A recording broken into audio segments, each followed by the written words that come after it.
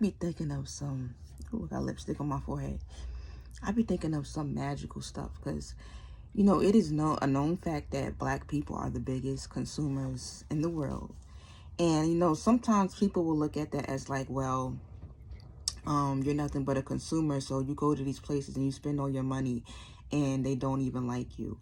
But, at the same time, we're also their boss because their business cannot function without our black dollars. But I think that we should start switching it up on them. You know what I'm saying? Like, start letting these businesses know that if you are not serving us right, we are going to stop supporting you.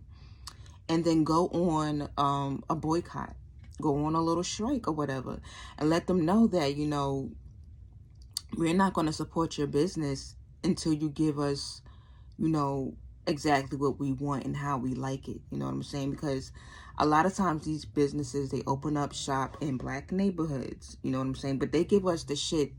They start serving us shit that, that they think, black culture needs or whatever. But at the end of the day, they cannot do what black people do. You know what I'm saying? Because only we can season our food how it's supposed to taste. You know what I'm saying? Only we can make the macaroni and cheese taste how it's supposed to taste. You know what I'm saying?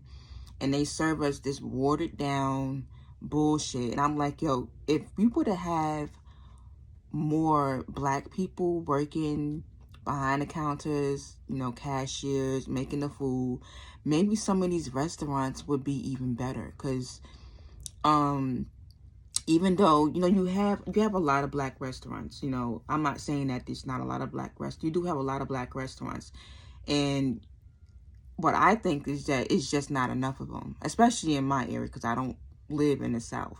But it's hard to really find good soul food restaurants. But when we do find soul food restaurants, it's always good, you know what I'm saying? And we make it how it's supposed to taste because we know what our food's supposed to taste like. But we go to these restaurants, these businesses that think they know how to fry chicken and season crab legs and make gumbo and rice and all this type of stuff. It don't even taste like the way it's supposed to taste. So we should start telling them, yo, learn how to cook this shit or we're not going to support your business. You know what I'm saying? And that's basically what it is. And like, I feel like another thing that I was thinking about is that, we know that these people, they practice group economics, you know what I'm saying? To keep the money within the community, their community, their circle or whatever.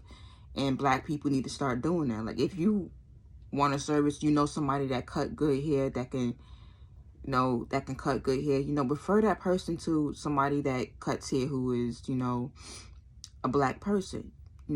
If you know somebody that's looking for get their nails done, whatever, a black person that can hook up some nails, refer them to that person. You know what I'm saying? It's like, but that's also our fault too, because a lot of times we look at each other as competition, and it should never be that way. You know what I'm saying? It's enough to go around. Now, I feel like if you are willing to do the work, it's enough money to go around. So don't ever think that, just because this person is eating, you gotta starve. Nah, we can all eat. You know what I'm saying? So as long as you're willing to work for it, you know what I'm saying? Don't just think that good things and money is going to just fall into your hands. You gotta work for it. You know what I'm saying? You gotta put yourself out there and maneuver into, certain circles to really get ahead in life. You know what I'm saying?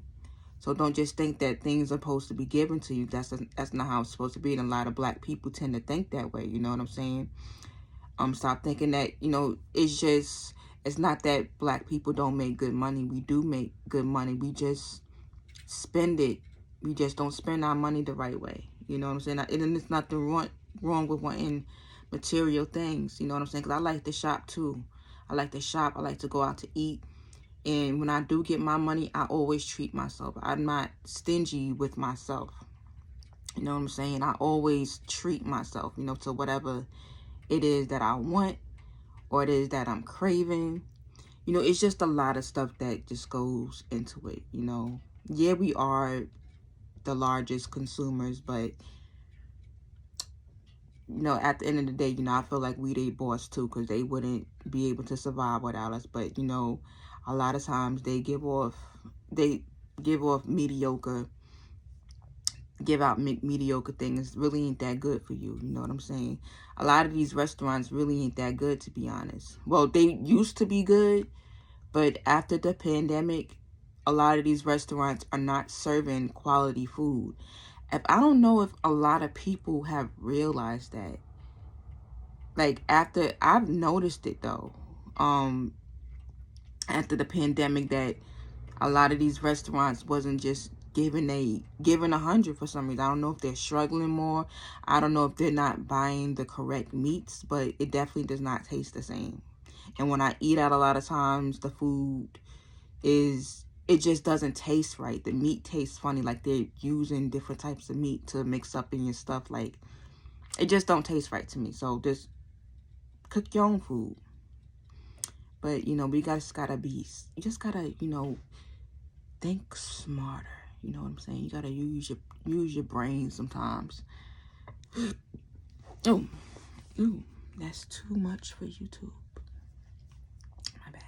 But I will talk to you guys next video. Thank you guys for watching.